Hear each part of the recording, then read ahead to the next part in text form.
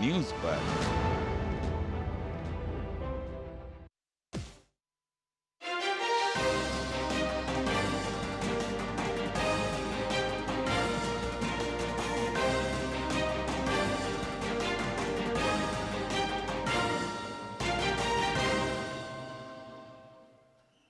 नमस्कार, आप देख रहे हैं डीडी न्यूज। आपके साथ मैं हूं गौरव श्रीवास्तव और मेरे साथ मेरी सहयोगी मनीषा हैं, जो कि सांकेतिक भाषा के जरिए आपको खबरों से रूबरू करवाएंगी। तो खबरों की शुरुआत करें उससे पहले एक नजर इस वक्त की हेडलाइंस पर।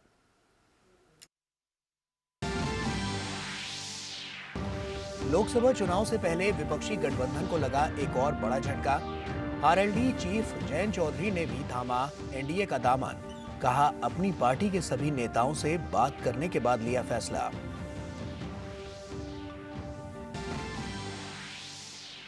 बिहार में नीतीश कुमार को विश्वास मत हासिल, पक्ष में पड़े 129 वोट, विपक्ष ने किया वॉकआउट।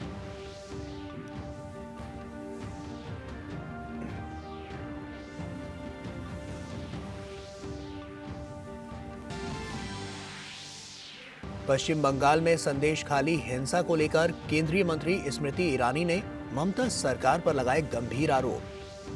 कहा, टीएमसी के गुंडे महिलाओं पर कर रहे हैं अत्याचार।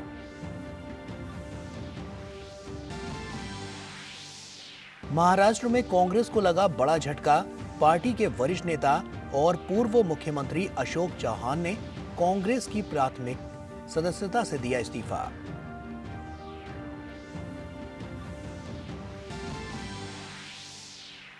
प्रधानमंत्री नरेंद्र मोदी ने श्रीलंका और मॉरिशस के राष्ट्रीय अध्यक्षों के साथ दोनों देशों में की यूपीआई सर्विस की शुरुआत। मॉरिशस में रुपे कार्ड की सेवाएं भी की लॉन्च।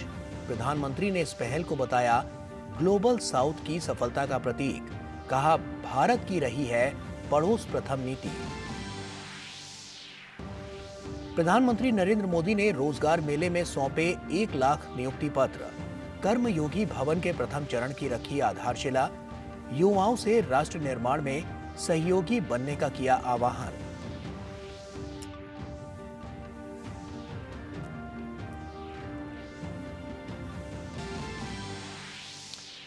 कतर में भारत की बड़ी कूटनीतिक जीत। फांसी की सजा पाए पूर्व नौसैनिक सकुशल स्वदेश लौटे। सभी ने कहा, प्रधानमंत्री नरेंद्र मोदी के व्यक्तिगत हस्तक्षेप के बिना असंभव था लौटना। पीएम 14 फरवरी को जाएंगे कतर। और आइए अब शुरुआत करते हैं। लोकसभा चुनाव से पहले विपक्षी गठबंधन को एक और बड़ा झटका लगा है। आरएलडी चीफ जयंत चौधरी ने भी एनडीए का दामन थाम लिया है।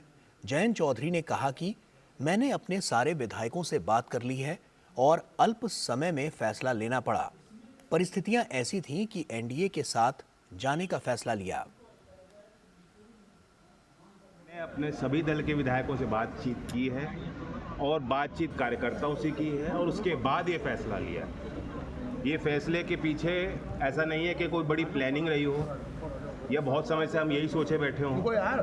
बहुत कम समय में, अल्प समय में फैसला हमें लेना पड़ा, परिस्थितियों के कारण लेना पड़ा। और हमने भाव हमारे कुछ अच्छे हैं देश के लिए, अपने लोगों के लिए, कि हम कुछ अच्छा करना चाहते हैं। और जब भारत रत्न से नवाजा गया है, हम सब का मन प्रफुल्लित है।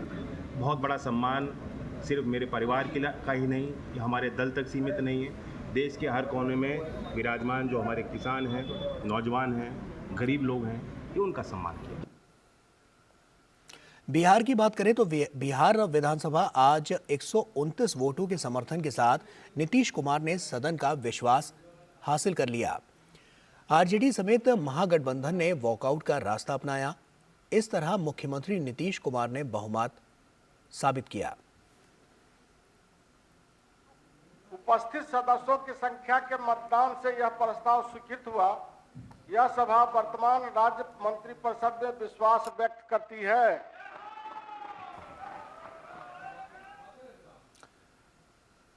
और वहीं बिहार विधानसभा में आज 129 वोटों के समर्थन के साथ नीतीश कुमार ने सदन का विश्वास हासिल कर लिया।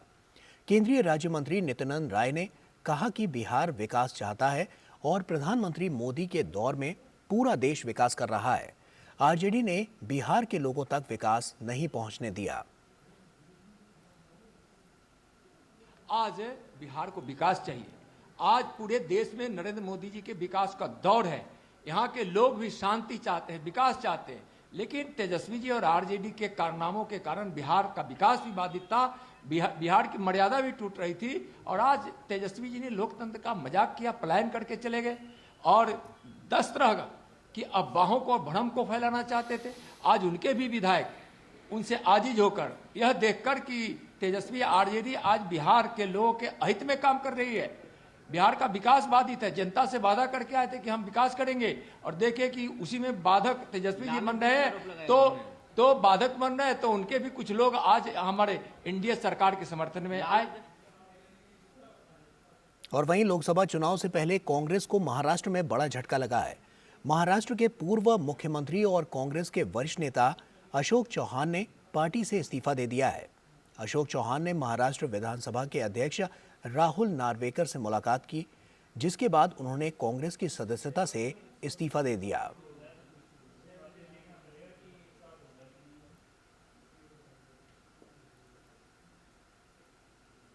लेजिस्लेचर आज मैं कांग्रेस पार्टी से चुनकर आया हूं एज ए एमएलए।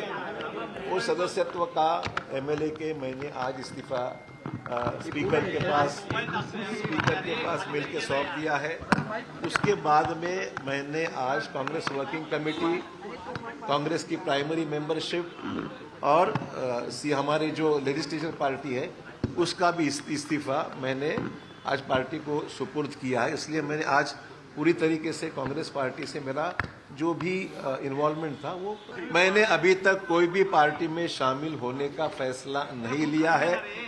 मेरे सामने अभी 2 दिन बाकी है। 2 दिन के बाद मैं मेरी जो राजनीतिक भूमिका है वो स्पष्ट करूंगा। हर चीज की कोई वजह बताई नहीं जाती है और मैं कभी भी पार्टी के इंटरनल मैटर्स को चौराहे पे रखने वाला आदमी नहीं हूं। जब तक था पार्टी का ईमानदारी से कल तक मैं प्रदेश कांग्रेस में मीटिंग में हाजिर था। और पश्चिम बंगाल ईडी पर हमले के बाद सुर्खियों में आए 24 उत्तरी परगना जिले के संदेश खाली में हिंसा को लेकर राजनीति गर्मा गई है। वहीं आज राज्यपाल सीवी आनंद बोस ने संदेश खाली में पहुंचकर स्थिति का जायजा लिया। साथ ही इस घटना पर ममता सरकार को घेरा और जांच की बात कही। राज्यपाल सीवी आनंद बोस ने पहले ही राज्य सरकार से संदेश खाली की स्थिति पर एक व्यापक रिपोर्ट मांगी है।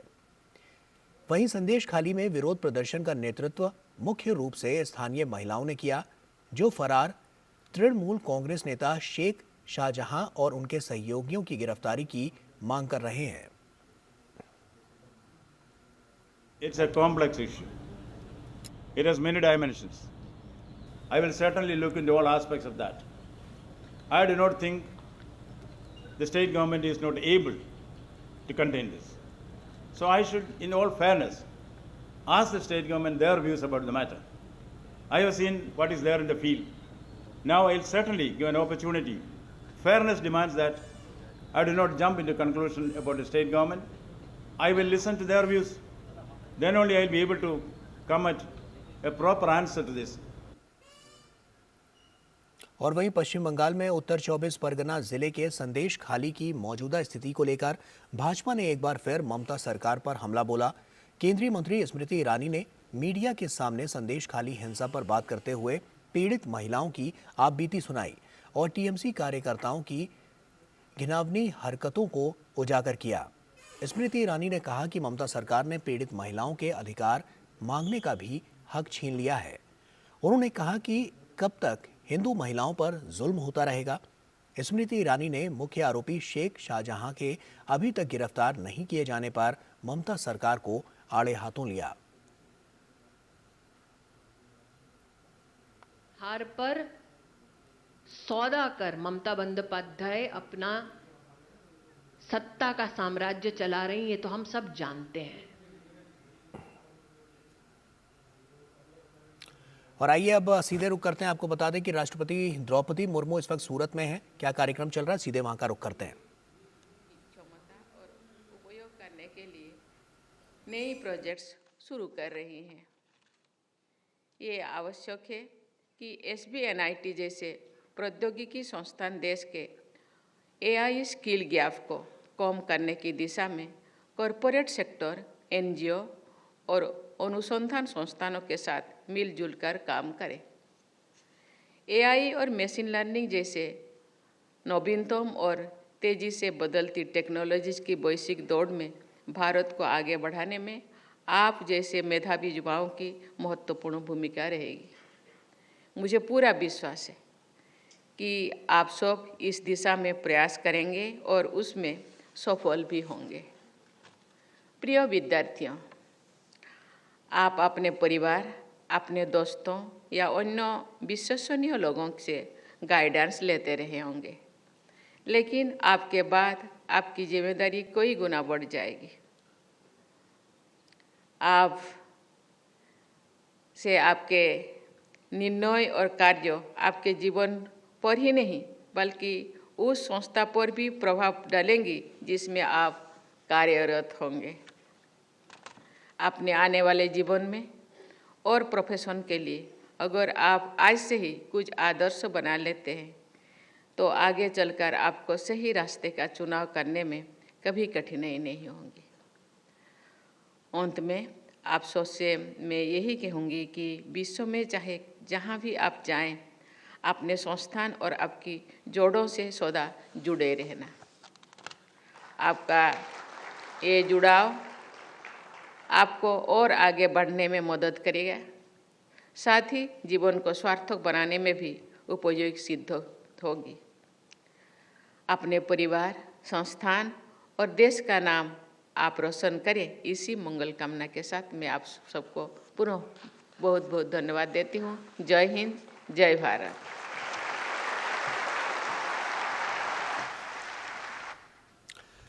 तो सरदार वल्लभ भाई नेशनल इंस्टीट्यूट ऑफ टेक्नोलॉजी में यहाँ पर राष्ट्रपति द्रौपदी मुर्मू ने यहाँ पर शिरकत की और साथ ही यहाँ पर उन्होंने संबोधित भी किया। और जो आने वाले समय में जो युवा पीढ़ी है वो किस तरह से बाहर निकलकर इस देश की जो बागडोर है उसको संभालती हुई नजर आएगी, इसका उन्होंने जिक्र किया। और आने वाले समय में जैसा कि हम जानते हैं 2047 तक विकसित भारत का जो लक्ष्य लेकर चला जा रहा है उसमें इनकी बहुत महत्वपूर्ण भूमिका निकल कर सामने आएगी। तो इसको लेकर उन्होंने तमाम बड़ी और महत्वपूर्ण बातें यहाँ पर अपने संबोधन में कही हैं और साफ तौर पर आने वाले समय में अभी से जो मजबूत भारत की कड़ी है उसमें एक कदम और आगे जाते हुए युवा जो शक्ति है, जो एक साफ तौर पर एक बड़ा पिलर नजर आता है इस देश को आगे गति देने में, वो आने वाले समय में दिशा और दशा बदलता हुआ नजर आएगा। ये राष्ट्रपति द्रौपदी मुर्मू ने अपने संबोधन में ये बड़ी बातें कही। आगे बढ़ते हैं और आपको बता दें कि आज राष्ट्रपति द्रौपदी मुर्मू टंकारा में स्वामी दयानंद सरस्वती की 200वीं जयंती समारोह में वो शामिल हुई और इस मौके पर गुजरात के मुख्यमंत्री भूपेंद्र पटेल भी उनके साथ मौजूद रहे।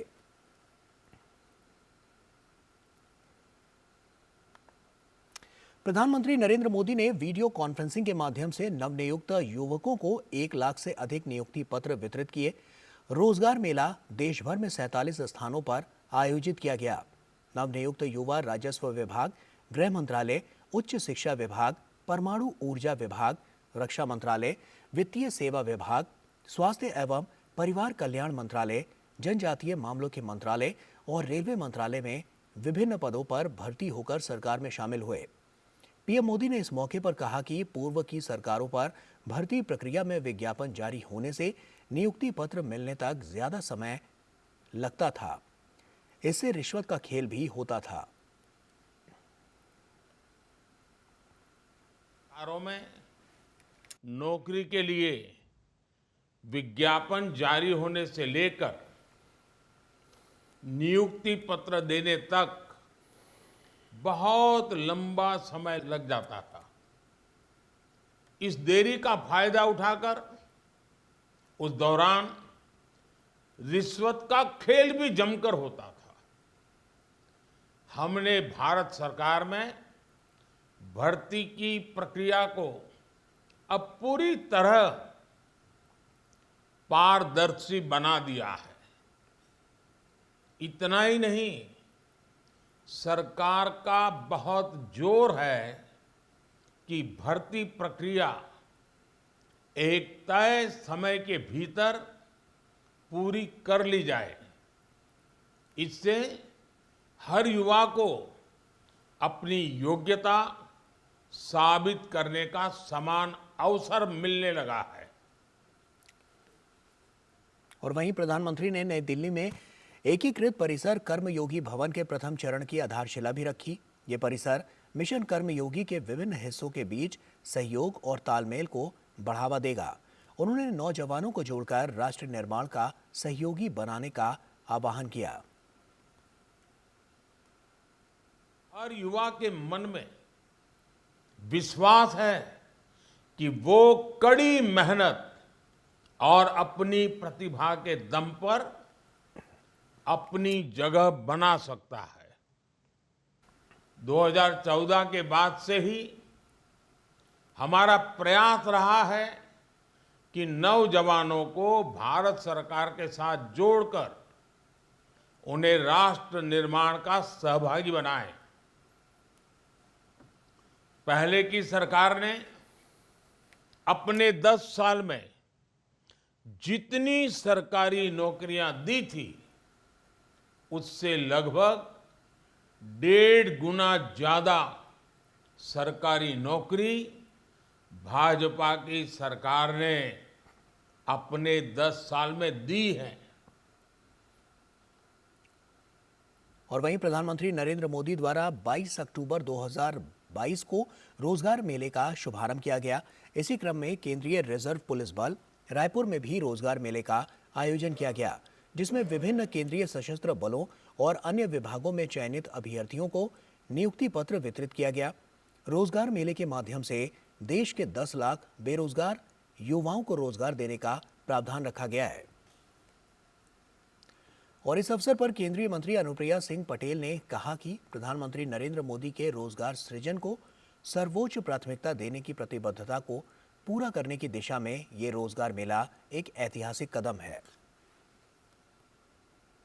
सरकार ने देश के युवाओं को 10 लाख सरकारी नौकरी मिशन मोड पे देने का संकल्प किया है और उस संकल्प की पूर्ति के लिए निरंतर 11 चरण के रोजगार मेला देश के कोने कोने में आयोजित किए गए और आज 12वें चरण का रोजगार मेला देश में 46 स्थानों पर आयोजित किया गया और रिकॉर्ड 1 लाख से अधिक नियुक्ति पत्र विभिन्न सरकारी विभागों में ITBP, CRPF, health ministry, home ministry, defence ministry, हमारा रेवेन्यू, पोस्ट, इन अलग अलग विभागों में देश के युवाओं को नियुक्ति पत्र प्रदान किए गए हैं।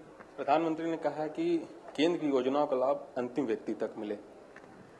देखिए, ये सच है कि हमारी सरकार वो पहली सरकार है जिसने अपनी शासकीय घोषणाओं को और योजनाओं को केवल सरकारी दफ्तरों की फाइलों तक सीमित नहीं रखा है, बल्कि हमने ये सुनिश्चित किया है कि हमारी हर योजना का लास्ट माइल सैचुरेशन हो और 100% पूर्णता के उद्देश्य को लेकर हमने पूरे देश में विकसित भारत संकल्प यात्रा के माध्यम से देश के कोने कोने में करोड़ों जनता तक पहुंचकर जो हमारे पात्र लाभार्थी छूट गए हैं उनको चिन्हित किया, उनकी पहचान की और उनको भी हमारे शासन की योजनाओं से संतृप्त करने की एक अभिनव पहल की, जो अपने आप में एक मिसाल है, क्योंकि इससे पहले किसी भी सरकार ने लास्ट माइल सैचुरेशन के टारगेट पे कभी ध्यान नहीं दिया।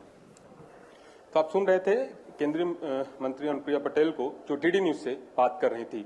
Somesh Patel, DD news, Raipur. और वहीं नियुक्ति पत्र लेने पहुंचे चयनित अभ्यर्थियों का कहना है कि बचपन से उनका सपना था कि वे केंद्रीय रिजर्व फोर्स में शामिल हो। उनका ये सपना देश के प्रधानमंत्री नरेंद्र मोदी ने पूरा किया है। हेड कांस्टेबल मिनिस्ट्रियल में अभी भर्ती हुई हूँ और यहाँ के लोग बहुत इनकरेज करते हैं, बहुत अच्छे हैं और मैं प्रधानमंत्री का भी शुक्रिया अदा करती हूँ कि उन्होंने ये रोजगार मेला का आयोजन किया हमारे लिए। धन्यवाद। मैं junior accountant department of post में सिलेक्ट हुई हूँ। 2022 में जब मिशन मोड में वैकेंसी भर्तियां होना शुरू हुई तो उससे बहुत सारे स्टूडेंट को बहुत सारा फायदा हुआ है, क्योंकि बहुत सारे स्टूडेंट का बहुत जल्दी सिलेक्शन हुआ है। पहले बहुत टाइम भी लग जाता था कई बार, तो बहुत अच्छा लग रहा है मुझे यहाँ पे आकर। सीआरपीएफ में हेड कांस्टेबल मिनिस्ट्रियल की पोस्ट में नियुक्त हुआ हूँ, जिसका मुझे आज नियुक्ति पत्र जीसी सीआरपीएफ आरंग में मुझे मिला है। मैं काफ़ी खुश हूँ और मैं प्रधानमंत्री का आभारी हूँ। मैं डिपार्टमेंट ऑफ पोस्ट में सॉर्टिंग असिस्टेंट के पद पर चयनित हुआ हूँ आज यहाँ आकर मुझे बहुत अच्छा लगा। इतने सालों से जो मेहनत कर रहे थे, आज केंद्रीय मंत्री के यहाँ तो नियुक्ति पत्र पाकर बहुत अच्छा लग रहा है। मेरा सिलेक्शन जो है बीएसएफ पे कांस्टेबल के रैंक पर हुआ है और सर मेरा बचपन से ड्रीम जो है फौजी बनने का ही था और आज मेरा ड्रीम पूरा हो गया, तो मैं बहुत ज़्यादा खुश हूँ। श्रीलंका और मॉरिशस में यूपीआई सेवाओं के शुभारंभ पर प्रधानमंत्री नरेंद्र मोदी, श्रीलंका के राष्ट्रपति रानिल विक्रमसिंघे और मॉरिशस के प्रधानमंत्री प्रविंद जुगनाथ उपस्थित रहे। वीडियो कॉन्फ्रेंसिंग के माध्यम से यूपीआई सेवाओं के लॉन्च का कार्यक्रम आयोजित किया गया। इस दौरान मॉरिशस में रुपे कार्ड सेवाएं भी लॉन्च की गईं। भारत फिनटेक इनोवेशन और डिजिटल सार्वजनिक आधारभूत अवसंरचना में अग्रणी बनकर उभरा है। प्रधानमंत्री ने देश की विकास यात्रा के अनुभवों और नवाचारों को भागीदार देशों के साथ साझा करने पर बल दिया। श्रीलंका और मॉरिशस के साथ भारत के सुदृढ़ सांस्कृतिक और आपसी संबंधों को देखते हुए यूपीआई सेवाओं के शुभारंभ से तीव्र और निर्बाध गति से डिजिटल लेन देन संभव होगा। इससे दोनों देशों के लोग लाभान्वित होंगे और आपसी डिजिटल कनेक्टिविटी बढ़ेगी। इससे श्रीलंका और मॉरिशस की यात्रा करने वाले भारतीय नागरिकों के साथ साथ भारत की यात्रा करने वाले मॉरिशस के नागरिकों के लिए यूपीआई निपटान सेवाएं संभव हो सकेंगी। मॉरिशस में रुपे कार्ड सेवाओं के विस्तार से मॉरिशस के बैंक मॉरिशस में रुपे तंत्र के आधार पर कार्ड जारी कर सकेंगे और भारत और मॉरिशस दोनों देशों में निपटान के लिए रुपे कार्ड के उपयोग की सुविधा प्रदान कर सकेंगे। पीएम मोदी ने आज के अवसर को 3 मित्र देशों के लिए विशेष बताया। उन्होंने कहा कि यह हमारे लोगों के लिए प्रतिबद्धता का प्रमाण है। इंडियन ओशन क्षेत्र के 3 मित्र देशों के लिए आज एक विशेष दिन है। अपने ऐतिहासिक संबंधों को आज हम आधुनिक डिजिटल रूप से जोड़ रहे हैं। ये हमारे लोगों के विकास के लिए हमारे कमिटमेंट का प्रमाण है। फिनटेक कनेक्टिविटी के माध्यम से केवल क्रॉस बॉर्डर ट्रांजैक्शंस की ही नहीं, क्रॉस बॉर्डर कनेक्शन को भी बल मिलेगा। और वहीं पीएम ने कहा कि भारत की पड़ोसी प्रथम की नीति है। पीएम ने विश्वास व्यक्त किया कि श्रीलंका और मॉरिशस के यूपीआई प्रणाली से जुड़ने से दोनों देशों को भी लाभ मिलेगा। उन्होंने एशिया में नेपाल, भूटान, सिंगापुर और गल्फ में यूएई के बाद अब मॉरिशस से रुपे कार्ड की अफ्रीका में शुरुआत होने पर खुशी व्यक्त की। खुशी है कि एशिया में नेपाल, भूटान, सिंगापुर और गल्फ में यूएई के बाद अब मॉरिशस से रुपे कार्ड की अफ्रीका में शुरुआत हो रही है। इससे मॉरिशस से भारत आने वाले लोगों को भी सुविधा होगी, हार्ड करेंसी खरीदने की जरूरत भी कम होगी। यूपीआई और रुपे कार्ड व्यवस्था से हमारी अपनी करेंसी में रियल टाइम कम खर्च पर और सुविधाजनक तरीके से भुगतान होगा। आने वाले समय में हम क्रॉस बॉर्डर रेमिटेंस यानी person to person P2P payment facility की तरफ बढ़ सकते हैं। एक्सेलेंसी, आज का यह लॉन्च ग्लोबल साउथ सहयोग की सफलता का प्रतीक है।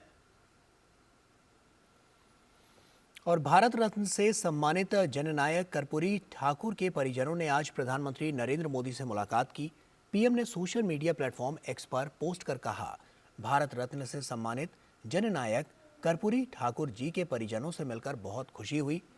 कर्पूरी जी समाज के पिछड़े और वंचित वर्गों के मसीहा रहे हैं, जिनका जीवन और आदर्श देशवासियों को निरंतर प्रेरित करता रहेगा।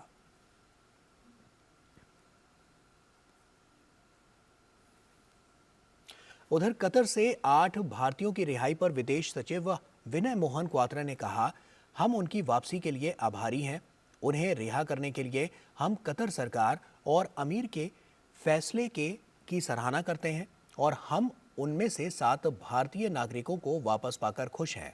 8वें भारतीय नागरिक को भी रिहा कर दिया गया है और हम कतर सरकार के साथ काम करना जारी रखेंगे ताकि ये देखा जा सके कि उसकी भारत वापसी कितनी जल्दी संभव होगी। प्रधानमंत्री ने स्वयं व्यक्तिगत रूप से इस मामले में सभी घटनाक्रमों की लगातार निगरानी की। और वहीं आगे विदेश सचिव विनय मोहन क्वात्रा ने कहा कि 14 फरवरी को अपनी यूएई यात्रा पूरी करने के बाद प्रधानमंत्री मोदी 14 फरवरी की दोपहर को दोहा कतर जाएंगे। यात्रा के दौरान प्रधानमंत्री मोदी कतर के अमीर शेख तमीम बिन हमद और कतर के उच्च गणमान्य व्यक्तियों के साथ द्विपक्षीय बैठक करेंगे।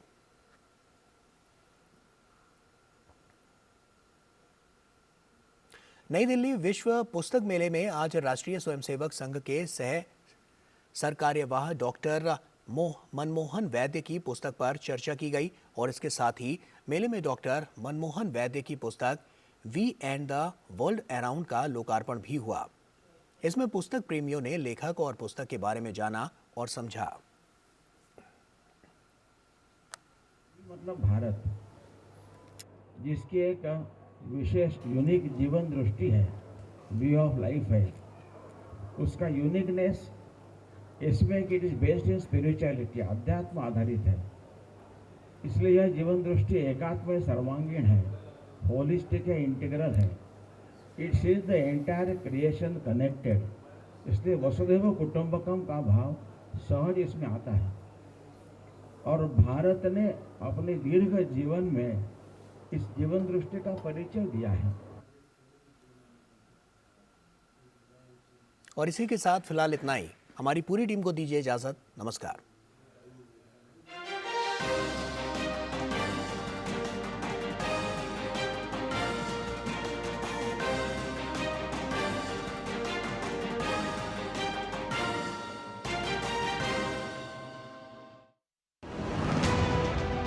अट्ठाईस राज्य, 8 केंद्र शासित प्रदेश, एक आम चुनाव, तैयार हो रहा है देश। जम्मू कश्मीर से तमिलनाडु तक, गुजरात से अरुणाचल तक, जानिए हर राज्य की राजनीति का क्या होगा लोकसभा चुनाव पर असर। आम चुनाव 2024 राज्य नीति, सोमवार से शुक्रवार शाम 6:30 बजे सिर्फ डीडी न्यूज पर।